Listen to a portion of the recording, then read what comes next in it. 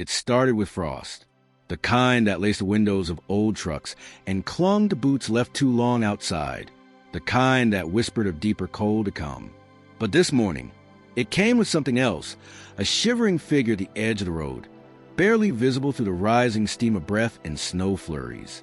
Miles Ramsey hadn't intended to take the longer route to drop his daughter off at school, but something about the quieter road felt necessary today. Maybe it was the silence. Maybe it was the weight he couldn't quite name, settling into his bones more each morning. The girl couldn't have been more than 17, wrapped in what looked like a summer jacket with sleeves too short and a backpack slumped on one shoulder. She looked less like a runaway and more like someone who had simply run out of road. Miles slowed, squinting through the frost-coated windshield. Sophie, in the passenger seat, pressed her mittened hand to the glass. "She looks freezing, Dad." He pulled over. The girl didn't wave, didn't even flinch, just stood there, arms wrapped around herself, head down. Miles got out slowly, careful not to startle her. "You okay?" She looked up then, and for a second, he saw something in her eyes that didn't match the rest of her. Not fear, not even desperation. Something quieter, like she was bracing for the moment to pass. "I'm fine," she said, voice shaking from cold but not uncertainty. "Just waiting for a ride." In this, he looked around at the snow swirling harder now, the wind pushing against his coat, like it had a vendetta.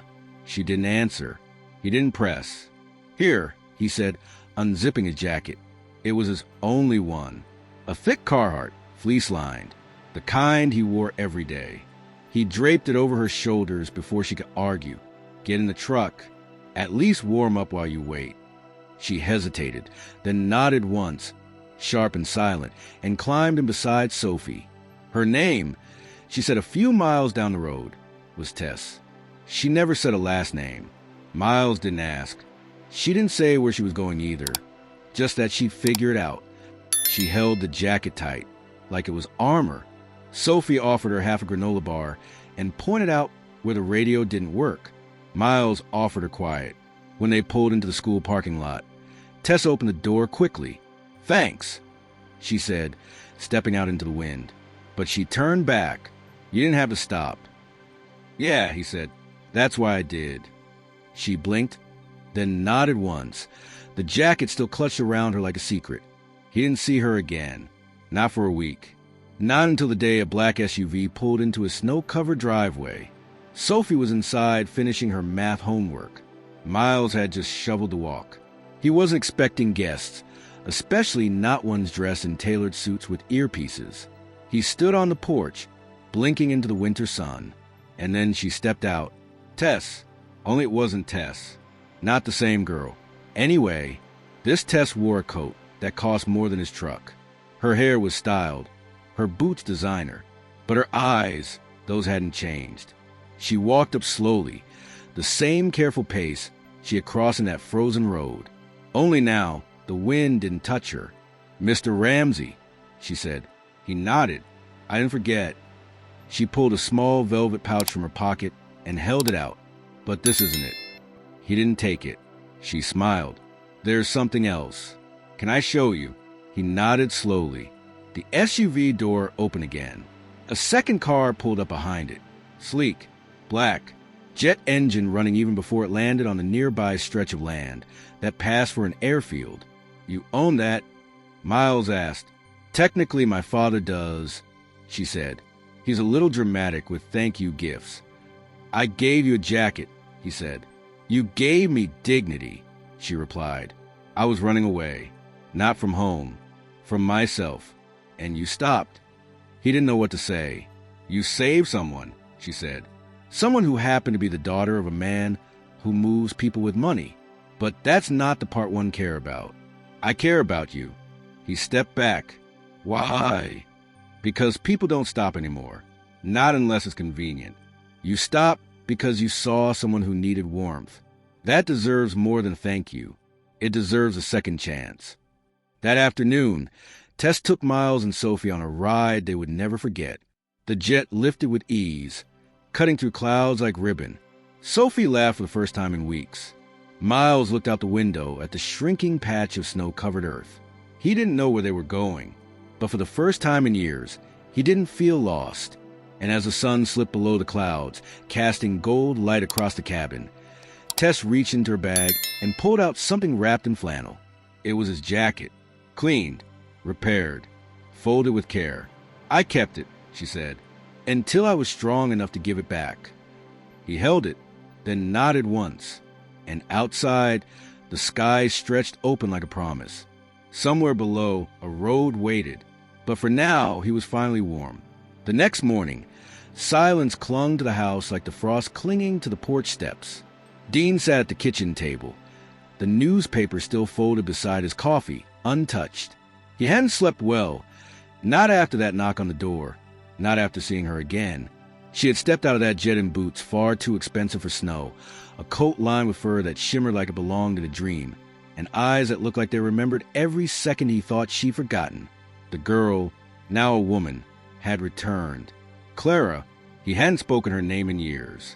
Not since the night she vanished, not since she'd left that note taped to the fridge. "I'm sorry. I need more than this." Dean traced his finger along the rim of the mug. Across the table, his daughter Emmy sat with a spoonful of oatmeal frozen in the air. "Is she staying?" Emmy asked, voice small. "I don't know," Dean replied, and that was the truth.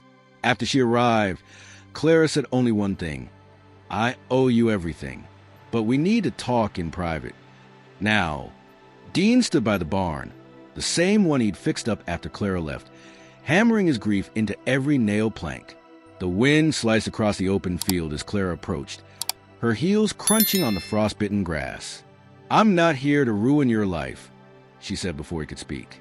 "I just wanted to see you again to explain." Dean said nothing. His hands were buried deep in his pockets where the cold couldn't reach the part of him that still ached. "I never meant to leave the way I did." "You left," he said simply. "That part didn't need explanation." She nodded. "Fair, but I didn't leave because I stopped loving you. I left because I thought love wasn't enough." Dean turned to her slowly. "And now," Clara exhaled, watching her breath miss in the air, "now I know that what we had was everything." He didn't want her words to matter. He didn't want them to stir something, but they did. "I built this place back up," he said. "Not just for me. For Emmy. You think you can walk in after 5 years with a private jet and fix what you broke?" She looked down. "No, but I can offer something else." From her coat, she pulled a small folder. Inside were blueprints, documents, names. "It's a music foundation," she said, "for kids like Emmy. Like me once. You gave me that coat when I was cold, Dean. You gave me dignity when I had none. Now I want to give that to others. With you, if you'll let me." Dean stared at the papers. Logos from major donors. Grants from cities he'd never visited. She wasn't bluffing. She had resources now. Influence. Reach. "This isn't a buyout," Clara said. "It's a partnership. You run it. I just fund it." From the house, Emmy's laugh echoed through the cold. It was rare and it was honest. Dean didn't speak. He took the folder, turned, and walked back toward the porch. Clara didn't follow. She knew he'd decide in his own time. That night, the snow returned, thick flakes falling like feathers from a torn pillow. Dean stood in the garage, surrounded by worn wood, the warmth of old tapes, and a notebook half filled with Emmy's lyrics. She had been writing again, singing again, and now someone was offering to help him build a stage big enough for all the unheard voices he'd been trying to lift on his own. He turned on the old cassette player. It whirred, then clicked. Emmy's voice filled the room. "I thought I was small, but someone heard me anyway." Dean sat down, pulled the microphone toward him, and pressed record. This is for the girl who froze her dreams because the world told her they were too loud. For the kid who gave up before anyone ever let them try. For every silence waiting to be a song. He looked up toward the open door where Clara stood again. This time, she wasn't wearing diamonds or heels, just boots, and that same coat he once gave her. Dean stood, walked over, and offered his hand. "All right," he said, "let's build something worth remembering." And they did. Within 6 months, The listening room became a network. Schools joined. Teachers volunteered. Emmy's song was performed in 3 counties.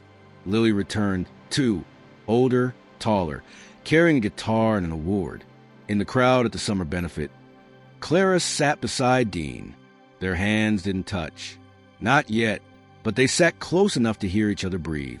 That night, the stars came out early, filling the sky with promises. And in a barn once haunted by silence, laughter rose.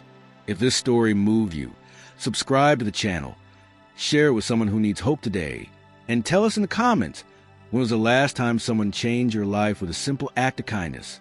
Because even the smallest spark can light a fire the world will never forget.